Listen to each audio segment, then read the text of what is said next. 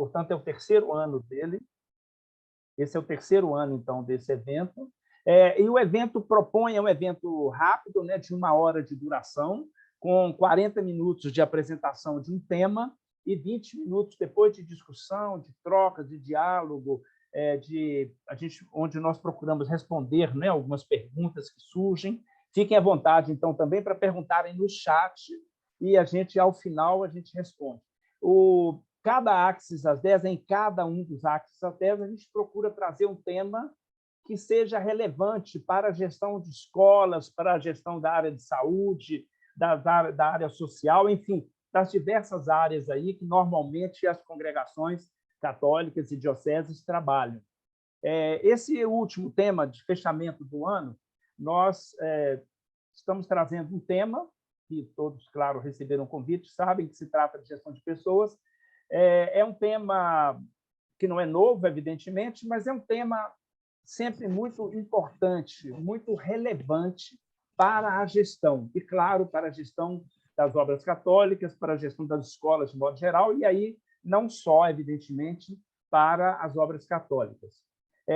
A proposta, então, é falarmos, né, um pouco sobre a relevância, a importância da gestão de pessoas para o resultado das obras. Nós vamos ver, evidentemente, que nem tudo também é gestão de pessoas, mas vamos lá. Para quem não me conhece, nunca participou de nenhum evento conosco aqui do Axis, eu sou o Sebastião Venâncio, meu doutorado é na área de políticas públicas, na área de governança. Nós temos trabalhado nos últimos anos muito nessa área de governança, mas antes dessa área eu tenho trabalhado, né, com gestão de pessoas nas organizações há uns 40 anos, em diversos cargos, inclusive na indústria, como gerente de recursos humanos, e depois na área de consultoria, nessa área, ao longo aí de algumas décadas já. Tem também uma outra formação na área mais ambiental, fui professor, diretor de escolas também durante vários anos, trabalho na área de educação e na área social e na área ambiental aí, há muitos anos, na área de educação um pouco mais, talvez uns 40 anos, e na área de meio ambiente também uns 30 anos aí, mais ou menos. Já não sou tão novo, né? E nos últimos 10 anos nós vimos trabalhando muito na área de governança, implantação de sistema, de programa de governança para instituições católicas, de modo geral. Okay? Bom, a proposta hoje é eu falar sobre 4 subtemas, né, ou 4 tópicos dentro da área de gestão de pessoas. O primeiro deles é gestão de pessoas como departamento ou área, ou seja, como se pode estruturar uma área de gestão de pessoas dentro de uma congregação, por exemplo, dentro de uma instituição qualquer que tenha diversos negócios, né, digamos assim. Pode ser em qualquer área, educação, saúde, social, etc. O segundo tópico é um tópico bem específico, que eu estou chamando aqui de gestão de pessoas como gestão de si. Vocês vão entender melhor isso quando eu estiver falando lá do tópico, mas a questão é que não é possível fazer uma boa gestão de pessoas se a pessoa não se conhece bem, se a pessoa não consegue se gerenciar de forma adequada. Então, é o segundo tópico que nós vamos abordar hoje. Claro, eu vou abrir um pouco esse tópico, não é? O terceiro tópico é gestão de pessoas como responsabilidade compartilhada, porque também há, às vezes, aí um equívoco a partir do momento que se monta, né, que se estrutura uma área de gestão de pessoas, tende-se a achar que tudo que diz respeito à gestão de pessoas é daquela área de gestão de pessoas, e não é bem assim. É algo que precisa ser compartilhado. Nós vamos detalhar melhor isso, tá? E o último tópico de fechamento é gestão de pessoas, a relação de gestão de pessoas com o desempenho, de modo geral, e os resultados da obra, né? De qualquer obra, de qualquer porte, né? Qual é o papel de gestão de pessoas para os resultados da obra? Será que tudo passa por gestão de pessoas? Será que tudo depende de gestão de pessoas? Em que medida essa área de gestão de pessoas é responsável pelos resultados da obra? Então, nós vamos fechar com essa reflexão. Bem, para iniciarmos, então, primeiro tópico, gestão de pessoas como departamento ou área. É quando se diz, nós temos implantada uma área de gestão de pessoas, ou nós temos um setor de gestão de pessoas, ou um departamento de gestão de pessoas, né? Ocorre que, em muitas instituições, congregações, dioceses e mesmo instituições laicas de menor porte, muitas vezes a área de gestão de pessoas é ainda fracamente percebida, ou seja, é pouco percebida, não é? É como se a área de gestão de pessoas não tivesse alcançado ainda um status de área imprescindível.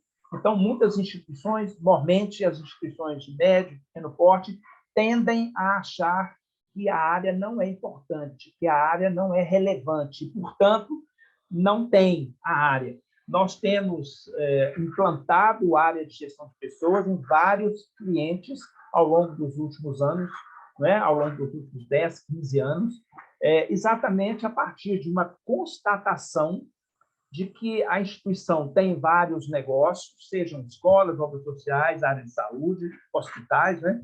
Outras casas, outros tipos de obras, ou seja, e tem um número de funcionários muito significativo, às vezes 200, 500, 1.000 funcionários, ou mais de 1.000, e não tem uma área de gestão de pessoas, né? E isso é uma falha grande de gestão, a não existência dessa área. Nós temos, então, trazido para os clientes essa reflexão da importância da área e temos ajudado esses clientes a implantarem a área. Muitas vezes, né, o que se tem, então, é uma não estruturação da área, ou seja, não há uma área de gestão de pessoas estruturada, e também as lideranças não são estruturadas ou preparadas para lidar com pessoas, para fazer a gestão de pessoas. No que consiste, então, na verdade, nós temos, então, um funcionamento, muitas vezes, amador e, muitas vezes, parcial, não é? Da obra, ou daquelas obras, ou daquela instituição, se formos usar um termo mais moderno, do qual, na verdade, eu não gosto, aplicado às instituições católicas, mas no âmbito mais corporativo, né? Ou seja, não há uma área de gestão de pessoas que funcione bem. Às vezes não existe, às vezes existe só parcialmente. E, como eu já disse, isso poderia ser considerado uma grande falha gerencial, essa não estruturação da área e a não formação das lideranças para a gestão de pessoas. Bem, então, mas como essa área pode ser estruturada? Quais são os subsistemas, quais são os perfis das pessoas, né, necessários para essa obra? Aqui, claro que é uma pincelada, né, da estruturação da área, mas digamos assim, é uma estruturação genérica.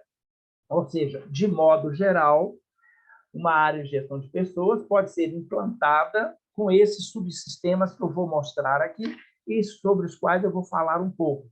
Mas isso varia dependendo do tamanho aí da instituição, da complexidade da instituição e assim por diante.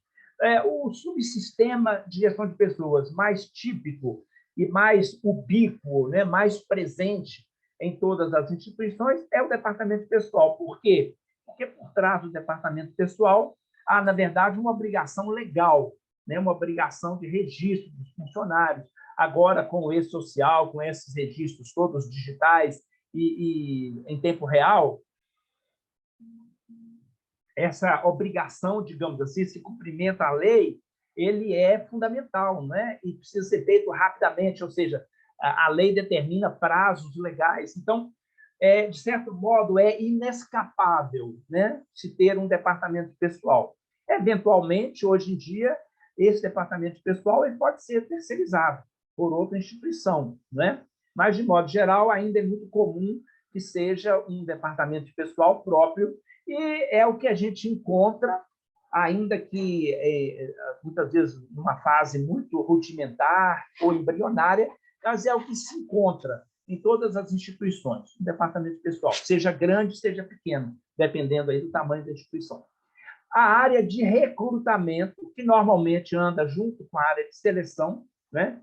são trabalhos aqui distintos, normalmente feitos pela mesma área, né? Às vezes até pela mesma pessoa, dependendo, novamente, do tamanho da instituição, mas, embora sejam tarefas distintas, né? Mas interligadas. Ou seja, primeiro, essa área busca fazer um bom recrutamento no mercado de trabalho, quando se quer, né? Quando se precisa de um funcionário, repor um funcionário, contratar um funcionário novo para um novo cargo, precisa-se fazer um recrutamento e depois a seleção. Recrutamento e seleção são duas áreas também muito pouco ainda compreendidas em muitas instituições católicas, né? E em instituições laicas também. Muitas vezes isso não é bem compreendido. A importância dessas áreas, a relevância delas, o papel delas, as técnicas, as diversas técnicas envolvidas, tanto em recrutamento quanto no processo seletivo. A gente ouve muito ainda falar assim, vou fazer uma seleção, vou fazer uma entrevista, como se entrevista fosse a única técnica e como se fosse uma técnica bastante insuficiente para se fazer uma seleção. Não é. A entrevista, e há aí dois tipos de entrevista que nós temos que levar em consideração, né? A chamada entrevista psicológica, feita por psicólogos, e a entrevista técnica, feita por algum técnico daquela área específica onde a pessoa vai trabalhar. Então, por exemplo, se é uma seleção para um contador, a entrevista técnica deverá ser feita por um profissional interno ou externo, seja, né, terceirizado, mas que seja também contador, porque aí é uma entrevista técnica, como eu disse, para verificar, para certificar-se, a instituição se certificar de que o candidato ou os candidatos detenham realmente ou detêm os conhecimentos técnicos, digamos, mínimos necessários para atender o perfil do cargo, aquele perfil que foi traçado para o cargo, né? Então, uma pessoa precisa atender aquele perfil. Essa área de seleção, tipicamente, né, ela envolve diversas técnicas psicológicas, técnicas de cunho mais cognitivo, como, por exemplo, provas teóricas, às vezes provas práticas, dependendo também da área, também na área mais psicológica, dinâmicas de grupo, na área gerencial, né, de liderança, dinâmicas de grupo, e também dentro da área de psicológica, uma bateria de testes. Também a gente ouve muito assim, vou aplicar um teste, né? Isso não é correto. Uma boa seleção não é feita com um teste, não é? Os testes, e aí a gente fala em bateria de testes, eles trabalham juntos com as outras técnicas, e a ideia é que todas essas diversas técnicas, trabalhando juntas, consigam fornecer, digamos assim, para a instituição contratante um perfil, né, razoavelmente bem construído, digamos assim, bem completo, daquela pessoa que está aplicando para aquele cargo. Então, são duas áreas aqui fundamentais também dentro da área de gestão de pessoas. Depois, a área de desenvolvimento, né, ou treinamento e desenvolvimento, ou capacitação e desenvolvimento, os nomes aí diferem, né? Mas é a área que vai cuidar da pessoa dentro da instituição, depois que ela entrou. Todos os programas de capacitação, de formação ou de treinamento, não importa o nome que se dê, mas é esse desenvolvimento interno da pessoa, vai acompanhar também o desenvolvimento da pessoa naqueles cursos que ela faz externamente, por exemplo. Ela construiu, ela terminou, por exemplo, um mestrado, terminou uma especialização. Essa área vai fazer um mapeamento e um acompanhamento dessas pessoas, desses funcionários, ao longo do tempo de vida deles na instituição. É uma área hoje fundamental, né? Porque dentro dela tem exatamente o programa de formação. Instituições hoje que não investem em formação de pessoas correm o risco de perder aquelas pessoas ou de ficar para trás, né, no mercado. Uma outra área de avaliação de desempenho que é a implantação ou o aprimoramento de sistemas de avaliação de desempenho dos funcionários, né, de todos os funcionários. É uma área também muito importante, uma área também, às vezes, mal compreendida, onde as coisas são mal feitas, precisam ser bem feitas e, quando são bem feitas, são muito importantes. Também uma área que, via de regra, é também obrigatória, né? A área de saúde ocupacional, que às vezes está atrelada ao departamento pessoal. É lógico que a separação ou não dessas áreas, com pessoas específicas ocupando as áreas, com salas específicas, vai depender do tamanho e da complexidade da instituição, né? Mas é uma área também obrigatória, são os exames aí admissionais, os exames demissionais, aqueles exames anuais de acompanhamento e assim por diante. Uma outra área de cargos, salários e benefícios, que em instituições pequenas também faz parte do departamento pessoal, às vezes de forma confusa, né? De forma não muito profissional, né? Mas é uma área que é importante que exista, que seja bem entendida, que seja bem gerenciada. E uma última área aí de segurança, depende também aí do porte da instituição para ter ou não essa área.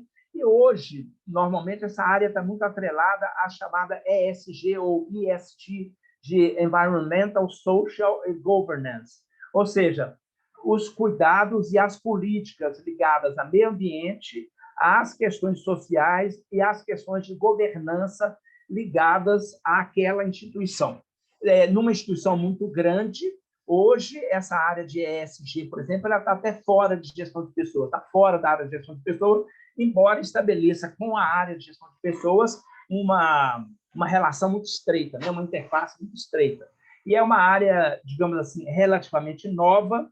As instituições católicas, por exemplo, estão começando a engatinhar um pouco nessa área, e outras instituições de maior porte já têm a área. Então, aqui a ideia é só mostrar rapidamente, de forma muito sucinta, os diversos subsistemas que compõem, via de regra, uma área de gestão de pessoas. Se vocês falarem assim, nós vamos implantar uma área de gestão de pessoas, porque nós não temos, né, uma área instalada. O que nós vamos fazer? Quais são os setores que nós temos que ter? De modo geral, são esses aqui. Claro que sempre tem que se fazer um estudo daquela instituição específica para eventuais adaptações e customizações e assim por diante. Bem, os perfis necessários. É claro que, para atuar nessas áreas, vocês precisariam contratar pessoas profissionais com os perfis adequados para essas funções. Por exemplo, para trabalhar com recrutamento e seleção, é preciso que haja na equipe psicólogos, eventualmente administradores, não é? Vários dessas tarefas precisam ser feitas por psicólogos ou por pessoal de administração ou outras áreas, né? Pessoas de outras formações também podem trabalhar nas áreas de gestão de pessoas, mas é muito importante definir os perfis que vocês precisam para contratar as pessoas certas. Quais são os principais papéis, então, de uma área de gestão de pessoas? Né? Assim, também de forma muito sucinta. Normas e padrões de gestão de pessoas. Tem as políticas também, embora as políticas normalmente sejam geradas num nível mais acima, né? No nível de governança. Mas, claro, há também políticas de gestão de pessoas. Então, nós estamos falando de políticas, normas e padrões de gestão de pessoas, né? Para toda a instituição, não só para a própria área de gestão de pessoas, mas a área vai pensar, vai estruturar, vai elaborar e depois, claro, vai buscar a validação junto à direção da instituição das políticas, normas e padrões que envolvem as pessoas de modo geral nos diversos departamentos. Também a área é responsável pelo programa de formação ou pelos programas de formação, a depender aí do tamanho da instituição. Né? Numa instituição muito grande, por exemplo, vai ter diversos programas de formação aí também desenhados para atender às necessidades internas, normalmente estruturados em torno de 3 eixos. Um eixo de desenvolvimento gerencial, um eixo de desenvolvimento técnico e, no caso das instituições católicas, um eixo carismático, ou seja, um eixo de formação em torno do carisma, um outro eixo de formação em torno do desenvolvimento das lideranças, ou seja, de âmbito mais gerencial, digamos assim, e um terceiro eixo de formação técnica, né? Ou seja, formação específica nos assuntos, nos temas de conhecimento técnico, acadêmico necessário para o desempenho dos diversos cargos, digamos assim, da instituição. Muitas vezes trata-se de uma atualização, porque as pessoas já vêm com essa formação básica. A área de gestão de pessoas também pode atuar e deve atuar na mediação de conflitos internos, quando há conflitos, claro, quando eles emergem, a área é um dos papéis dela atuar nessa mediação.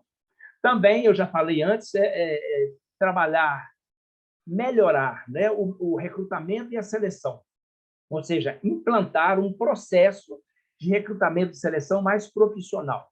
A área de acompanhamento ou desenvolvimento, como eu disse também, já expliquei um pouco sobre isso, ou seja, aquela formação interna das pessoas.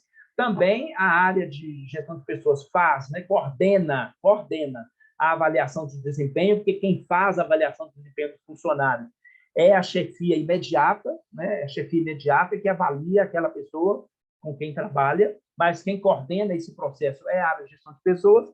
E também a área é muito importante que ela colabore nas diversas estratégias gerenciais da instituição. Ou seja, a área de gestão de pessoas, hoje em dia, é uma área considerada estratégica e se reporta aos níveis mais altos da instituição, à diretoria, eventualmente até à presidência, dependendo do desenho da instituição. Então, é importante aqui a gente reforçar os múltiplos papéis e a importância da área. Bem, o segundo tema, gestão de pessoas com gestão de si. A pergunta é, como você vai gerenciar outros se você não consegue se gerenciar? Ou se você se gerencia mal?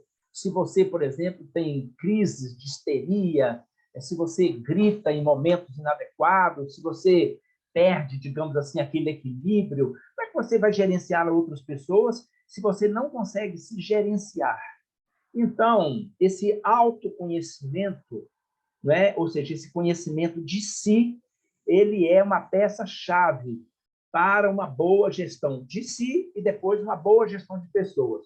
Nós temos, na verdade, no Axis, 2 cursos de maior duração, um sobre gestão de pessoas, um curso de 60 horas, e um outro curso de gestão de si, que é um aprofundamento, né? Ou seja, é um mergulho, é uma imersão dentro da pessoa, né? Um curso de 50 horas, que trabalha, digamos assim, essas duas grandes dimensões, né?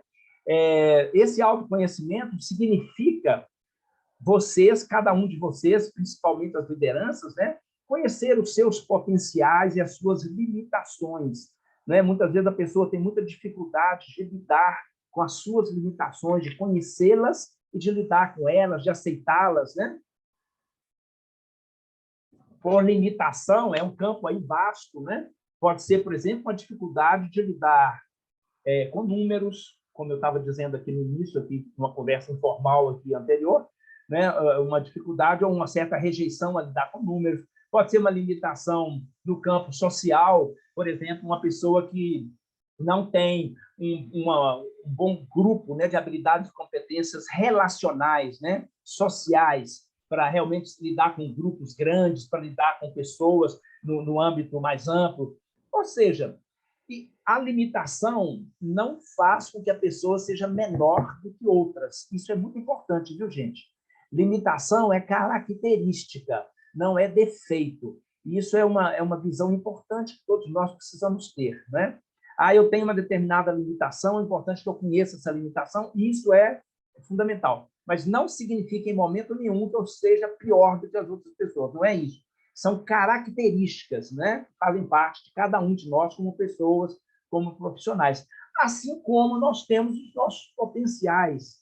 É aquilo que você reconhece assim, nossa, eu sou bom nisso, né? Eu sou bom em cálculo, né? Eu sou bom em matemática, eu sou bom em trabalhar com planilhas, né, de modo geral, ou então eu sou bom para lidar com pessoas, eu tenho uma oratória boa, eu sou bom para falar. São os nossos potenciais, que também não nos tornam melhores do que os outros, né? Mas nos tornam diferentes, né? Cada um de nós é diferente dos outros. Então, a liderança, principalmente, é muito importante que ela tenha um real conhecimento daquilo que é seu potencial e daquilo que é sua limitação.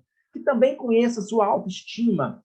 Por exemplo, quem tem autoestima fragilizada, autoestima baixa, corre muito risco de ser um mau gestor de pessoas. Porque ou a pessoa vai ser muito insegura, ou a pessoa, estou falando de quem tem autoestima baixa, ou vai ser muito insegura, ou vai tentar compensar essa insegurança com autoritarismo.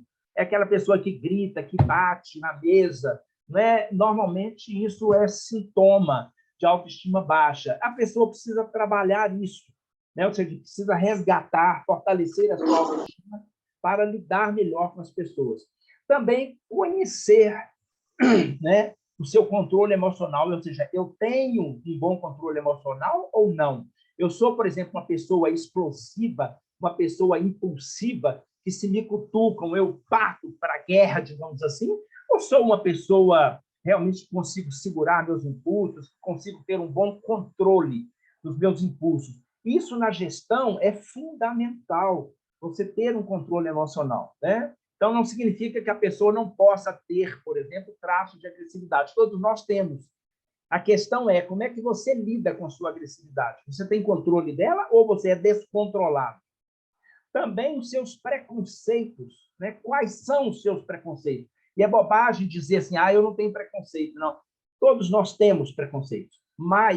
Em maior número ou menor número, em maior intensidade ou menor intensidade. É importante conhecê-los e lidar com eles para procurar, digamos assim, minimizá-los, mitigá-los, resolvê-los. Também, às vezes, a gente tem uma visão muito estreita, seja de nós mesmos, seja do outro, seja do mundo. Né? Então, essa visão estreita é muito ruim também para a gestão, e principalmente para a gestão de pessoas. A pessoa, então, primeiro, né, ela precisa aprender a lidar consigo mesma, né? Precisa ter senso de justiça para lidar consigo e aí para lidar com o outro, precisa ter bom senso, precisa ter paciência consigo, porque também ninguém é perfeito, ninguém sabe tudo, então é preciso que a pessoa aprenda a ter, inclusive, paciência consigo mesmo.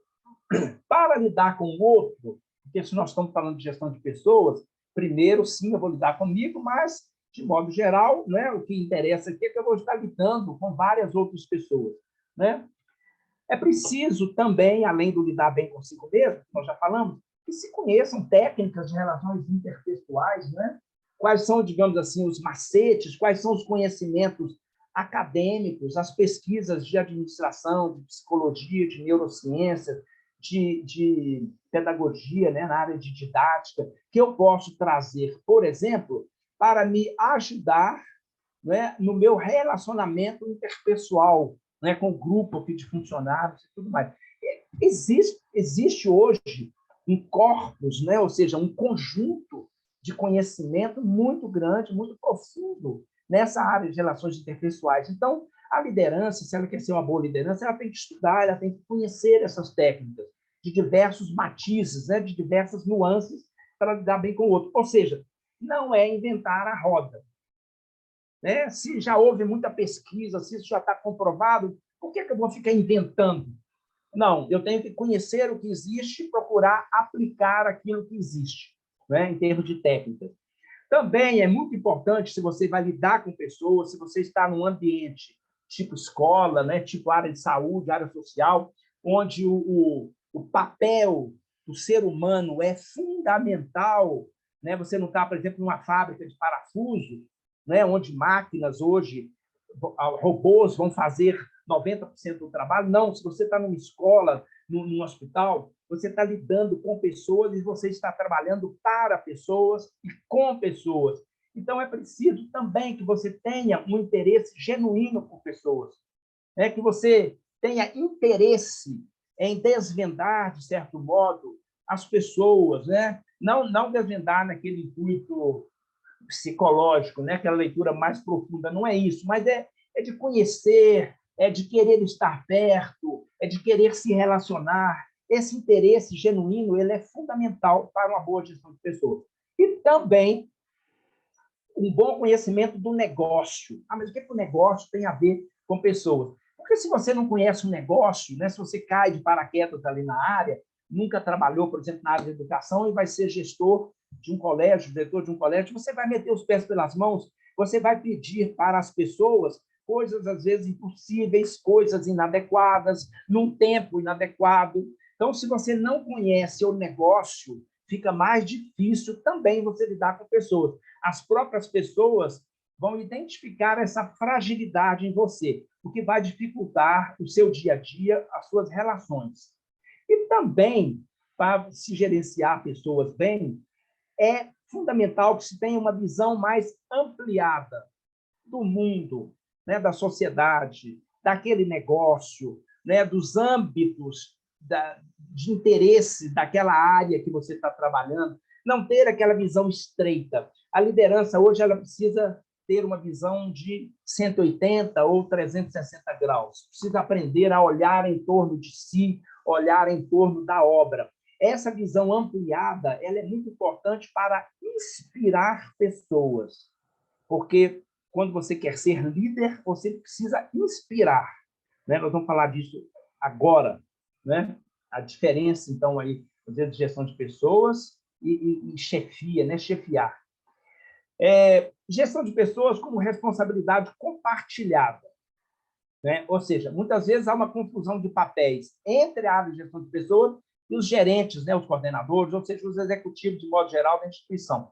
Isso sou eu que faço como chefe do setor, né? Como gerente da área, ou é a área de gestão de pessoas? Né? Depende, né? Tem tarefas que são específicas da área de gestão de pessoas. Mas, por exemplo, se eu vou dar um feedback ou fazer uma avaliação de desempenho do funcionário, sou eu, enquanto coordenador ou gerente da área, que devo fazer isso. Não é a área de gestão de pessoas. A área de gestão de pessoas vai me ajudar, digamos assim, vai me capacitar para dar esse feedback ou essa avaliação de desempenho, vai me dar, né, vai criar, né, para a instituição, e aí eu vou utilizar um impresso, né, uma planilha onde eu vou lançar dados, um roteiro ali da avaliação de desempenho que eu vou seguir para fazer a avaliação de desempenho, ou seja, esses meios técnicos, a área de gestão de pessoas vai me dar, vai me propiciar, mas a tarefa em si, de fazer a avaliação de desempenho ou de dar um feedback, é minha enquanto gestor direto da área. É preciso, né, que os gerentes, então, sejam bons gestores de si para bem gerenciarem pessoas. Né? E aí é importante compreender a diferença entre liderar e chefiar. Né? Líder é aquela pessoa que inspira o outro a fazer, que leva o outro a fazer a partir de um convencimento, digamos assim, mais transcendental, o conhecimento do propósito da instituição, da missão da instituição. Né? O líder é aquela pessoa carismática, é aquela pessoa que atrai os outros, que catalisa o comportamento dos outros para atingir determinados objetivos. Claro, aí objetivos empresariais, né? Objetivos da instituição. E o chefe é algo mais mecânico, é aquele menor, é aquela pessoa que só sabe mandar e ser obedecida. Então, dificilmente, por exemplo, um chefe vai ter pessoas com um grande compromisso com a instituição. As pessoas normalmente obedecem a um chefe, enquanto que normalmente elas procuram seguir o líder. Então, essa diferença aí, essa diferença conceitual é muito importante. Então, cada gestor deve se preparar para ser líder, exatamente para inspirar, para que consiga trazer, né, provocar, digamos assim, um ambiente interno em que as pessoas tenham compromisso com o seu trabalho, compromisso com a instituição, com o propósito da instituição. A área de gestão de pessoas, né, precisa trabalhar a formação em gestão de pessoas para as lideranças. Como eu disse no início, muitas vezes a pessoa está ali num cargo de liderança, mas tem uma formação lá em contabilidade, em administração, em pedagogia, o que quer que seja, em direito, mas não teve uma formação para a liderança, para liderar. Então, a área de gestão de pessoas da instituição precisa trazer essa formação para desenvolver esse líder que há em cada um, né? Digamos assim.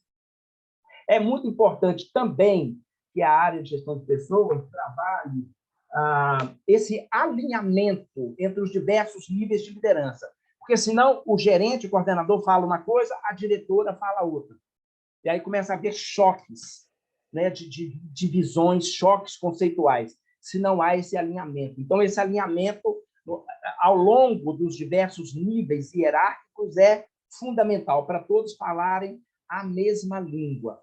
E a área de gestão de pessoas, né, também precisa trabalhar, né, para que todas as lideranças sejam acompanhadas pela liderança maior, ou seja, a direção, né, ela tem uma responsabilidade de acompanhar todos os outros líderes, né, para que exatamente garanta esse alinhamento. E, finalmente, né, nosso tempo aqui já está no finalzinho, uma frase que eu gostaria que vocês depois refletissem a respeito, né? Nem, quando a gente fala de resultado da obra, deu prejuízo, deu lucro, cresceu, fechou. Nem tudo é gestão de pessoas, porque senão também vai se achar que a gestão de pessoas resolve tudo. Não, nem tudo é gestão de pessoas, mas tudo passa pela gestão de pessoas. Gestão de pessoas não é responsável por tudo, mas está implicada, imbricada em tudo o que acontece dentro da instituição, principalmente nessas instituições que lidam muito com gente, né, como a gente já disse aqui. No entanto, para que se tenha bons resultados, né, para que a obra tenha bons resultados, né, são necessários uma boa organização interna, a estrutura da instituição, os processos clarificados, desenhados, processos documentados, né? E isso, às vezes, não existe, é uma confusão, e aí não vai ser a área de gestão de pessoas que vai fazer milagres, porque aqui a gente se refere a processo em todas as áreas da instituição, né? Todos os diferentes processos. Tá?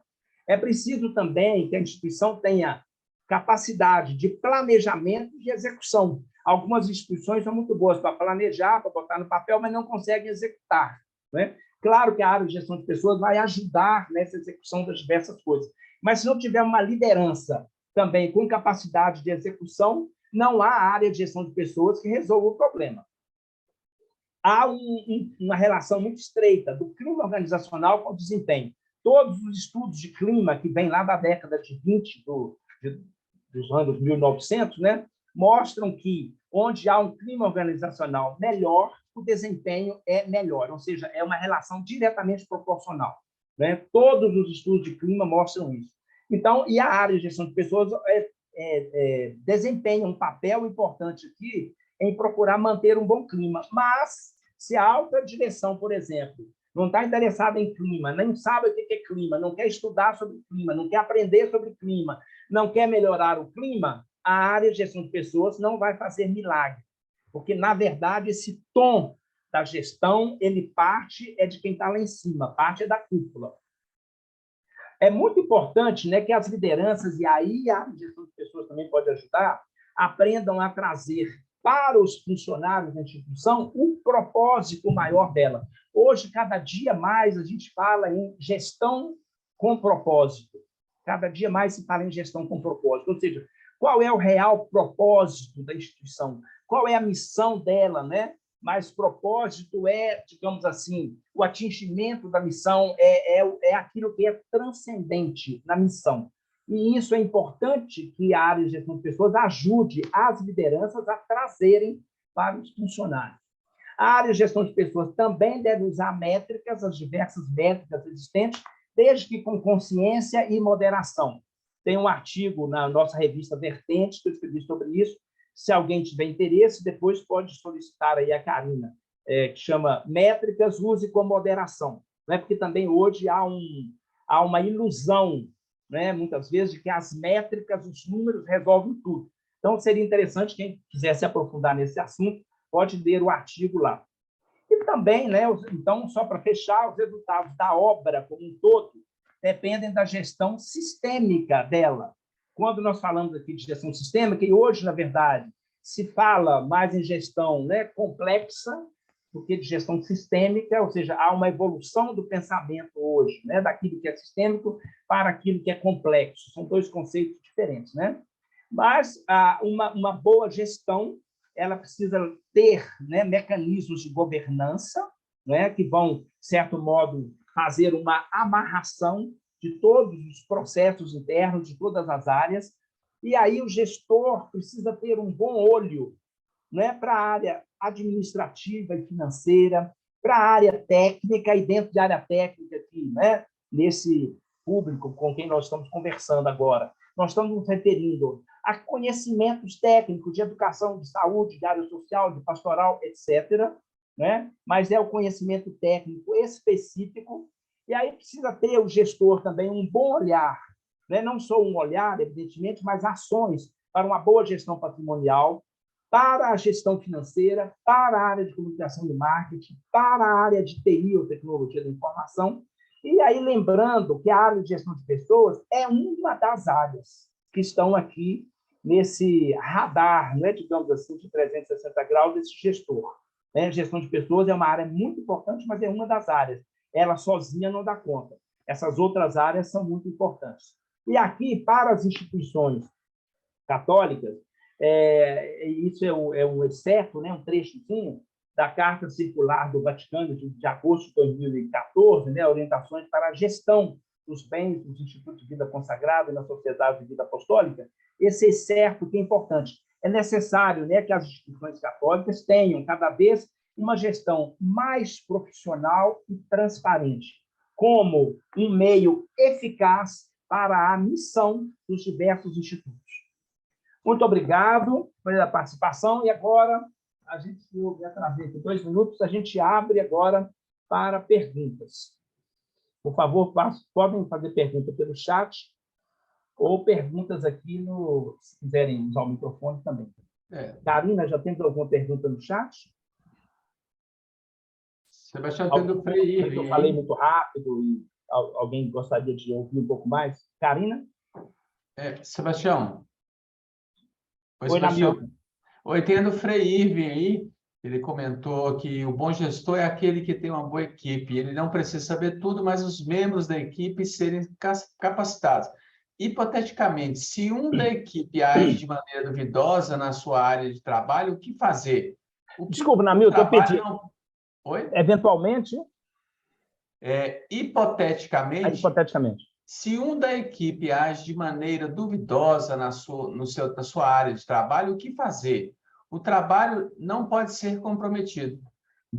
Ok. É uma pergunta interessante, né? O gestor da área ou o gestor mais acima precisa agir. Precisa, na verdade, chamar aquela pessoa que está destoando, entender por que ela está destoando, entender as motivações dela, o conhecimento dela, entender como que ela está naquele grupo, ela está bem incluída no grupo ou não está incluída no grupo, é uma pessoa que gosta daquilo que está fazendo ou que não gosta, ou que está ali por obrigação ou por necessidade. O gestor precisa aprofundar esse conhecimento e propor, fazer um bom feedback, né, com a pessoa que está destoando. É claro que o sistema de avaliação de desempenho, quando você tem esse sistema implantado e você faz a avaliação, por exemplo, anualmente ou a cada 6 meses, o próprio sistema de avaliação de desempenho, né, já vai mostrar problemas ali, digamos assim, no desempenho daquela pessoa, e isso tem que ser trazido à tona e tem que ser feito um plano de desenvolvimento individual. Ou seja, a tentativa é buscar recuperar aquela pessoa, tá? Ou seja, muitas vezes ela não teve uma determinada formação, um determinado treinamento em algum software específico lá, por isso ela está errando. Ou ela pode estar, sim, com problemas comportamentais, né? Mas por quê? Não é? Será que ela está, sei lá, sendo ameaçada, por exemplo, por alguém dentro do setor ou não? É preciso investigar, é preciso compreender. E o primeiro ponto, né, é buscar recuperar essa pessoa, né? Recuperar a pessoa e o desempenho dela. Se, ao final de tentativas e de feedbacks a essa pessoa não se conseguir isso, ou se detecta, por exemplo, que a pessoa está interessada naquele trabalho, não gosta daquilo, eventualmente, se não tiver como, por exemplo, transferir a pessoa de área para algo que ela gosta, eventualmente aquela pessoa precisa ser desligada. A instituição também não tem que ficar com uma pessoa que seja, digamos assim, problema para ela o tempo todo. Isso é importante na gestão de pessoas também, né? Ter essa clareza. Agora, a instituição precisa procurar trazer aquela pessoa, recuperá-la, incluí-la. Ok, Frei? Que bom, Sebastião. Tem uma outra que chegou para nós no Zap, está assim, em função da LGPD, teria alguma observação que deve ser observada no processo seletivo em relação à LGPD, alguma coisa nesse sentido? Sim, há uma série de cuidados, né, que tem que ser tomados, principalmente quanto a quem vai manipular os arquivos com nomes, com dados das pessoas, os currículos, a guarda desse material. Quando nós trabalhamos, né, estamos fazendo isso em diversas congregações, a implantação de um programa de LGPD, tudo isso é mensurado, tudo isso é avaliado, os riscos presentes. Né? Por exemplo, hoje não se pode mais deixar, como antigamente, digamos assim, um bolo de currículos impressos em cima da mesa. E aí todo mundo passa e tem acesso àqueles currículos. Não se pode. Né? Hoje o cuidado tem que ser muito maior. Se as pessoas da área de gestão de pessoas recebem os currículos, ela tem que ter uma guarda específica para esses currículos, tem que ficar trancados. Os testes psicológicos sempre foram mais cuidadosos. Né? Há toda uma questão aí de ética envolvida, os testes têm que ficar trancados, quem tem acesso aos testes são só os psicólogos da instituição. Né? Mas a LGPD ela trouxe, sim, mais uma série de cuidados. Né? E aí, no processo seletivo, por exemplo, a pessoa, no início, o candidato, o ideal é que ela assine, naquela ficha lá que ela preenche, que ela assine, né, um termo de consentimento para que, durante o processo seletivo, o currículo dela e outros dados sejam manuseados, operados, tratados, que a gente fala dentro da LGPD, o termo é tratamento, né, para que os dados sejam tratados pelas diversas instâncias da instituição, mantendo os sigilos aí necessários. Mas, assim, uma série de cuidados são necessários, sim, em função da LGPD. Outra, Namilton? Outra dúvida aqui do padre Rafael é qual seria, em definição simples, a diferença entre governança eclesial e gestão eclesial? Ok. A governança, ela sempre, também na igreja, ela sempre vai cuidar dos aspectos mais estratégicos, ou seja, daquele macro direcionamento. Né? A governança vai dar o norte, digamos assim, para aquela instituição, para aquela obra, né? Para aquele ministério. A governança. A gestão é o braço executor da governança, ou seja, a gestão vai se ocupar de executar, de fazer, de desenvolver aquelas ações, aqueles projetos que foram pensados no âmbito da governança. Então, a governança pensa o estratégico, pensa o norte, pensa o médio e o longo prazo, e a gestão vai executar aquilo para atender a essas determinações do programa de governança. Em termos assim simples, né, de forma sintética, é essa a diferença. Ok. Tem outra aqui, Sebastião. Em relação à motivação da equipe, qual método você poderia destacar como mais prático a ser aplicado? Desculpa, o início da pergunta qual é? Em relação a... Em relação à motivação da equipe, motivação. Né? Qual motivação. método você poderia destacar como mais prático a ser aplicado? Okay. É interessante, né? Há duas teorias de motivação, tá? Que precisam ser conhecidas. A teoria da motivação intrínseca e a teoria da motivação extrínseca. Quando a gente fala em motivação extrínseca, nós estamos falando, por exemplo, das palmas, né? Que você dá depois de um show, aí o artista, né? Todo mundo se levanta e bate palma. Ou seja, o aplauso ele tem um papel aí motivador, extrínseco, ou seja, o aplauso ele vai, por exemplo, ele vai somar-se à motivação interna do artista. Por exemplo, o artista não iria lá fazer um show, uma peça de teatro, uma mostra de artes plásticas, ou o que quer que seja, se ele não tivesse uma motivação interna para fazer isso. Né? Ele não iria lá fazer se ele não tivesse nenhuma motivação para produzir algo. Tá, então, a motivação externa é o prêmio que ele ganha, são as palmas, etc.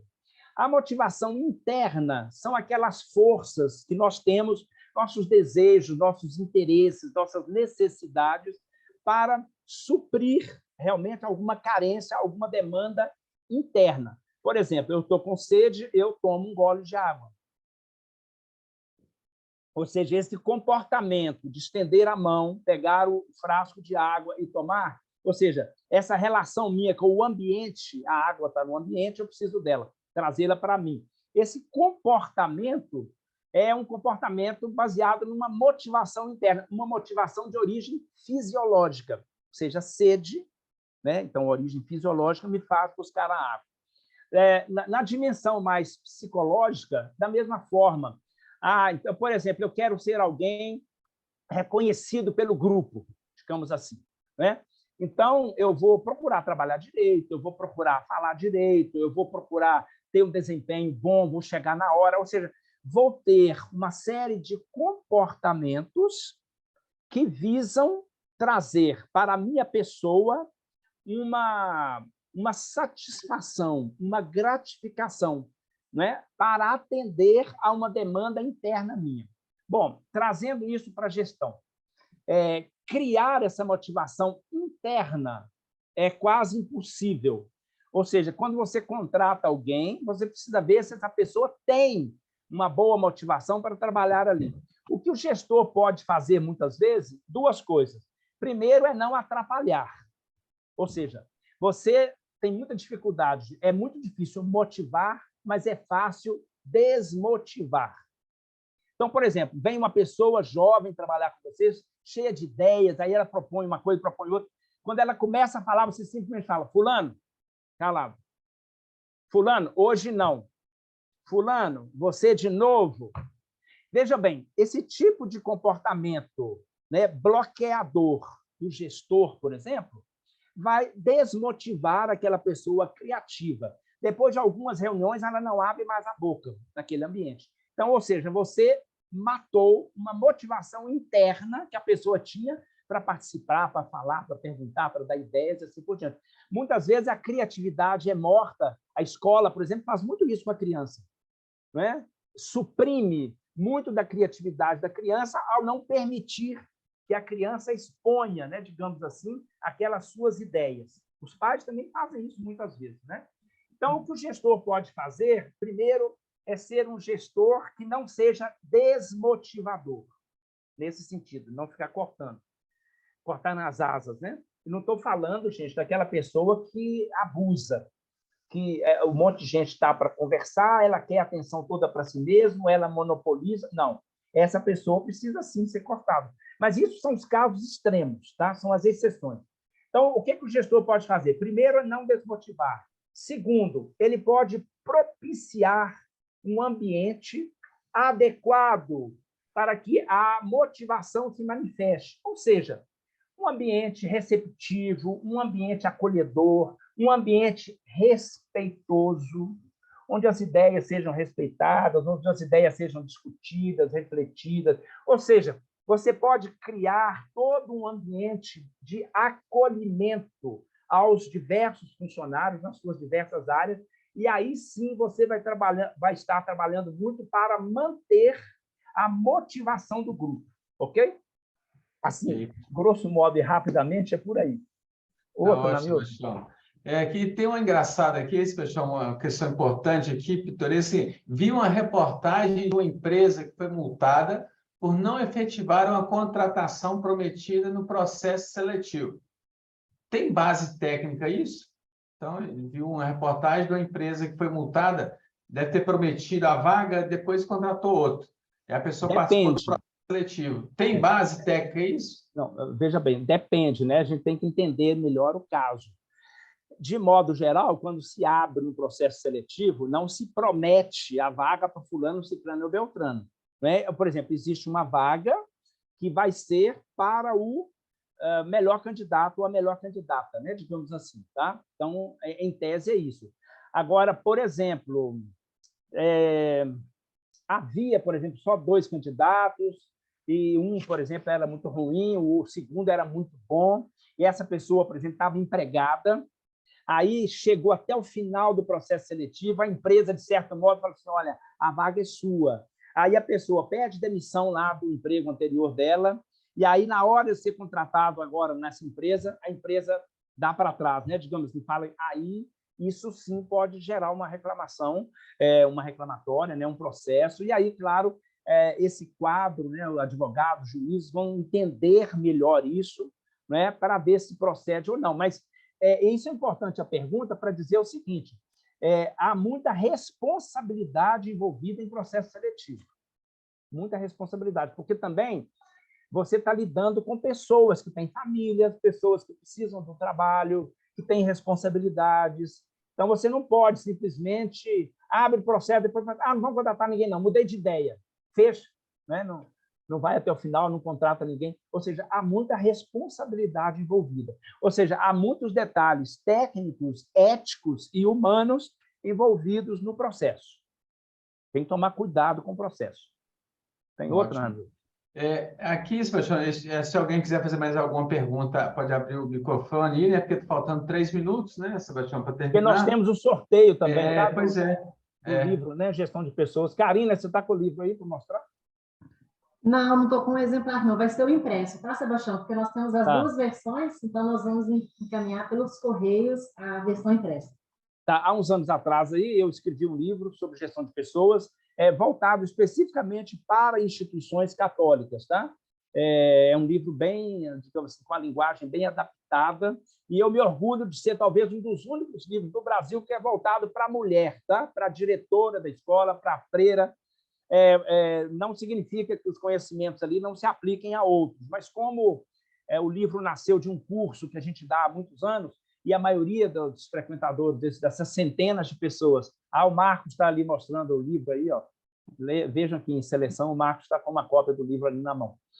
Como a maioria das participantes desse curso foram, né, religiosas, eu decidi fazer o livro me dirigindo à religiosa, tá? Mas aí os homens também presentes podem se interessar pelo livro, porque o conhecimento é o mesmo, tá? Alguma pergunta? Se alguém quiser abrir o microfone, nós temos. Obrigado, Marcos. Nós temos aí 1 minuto ainda para responder alguma pergunta e depois nós vamos fazer o sorteio.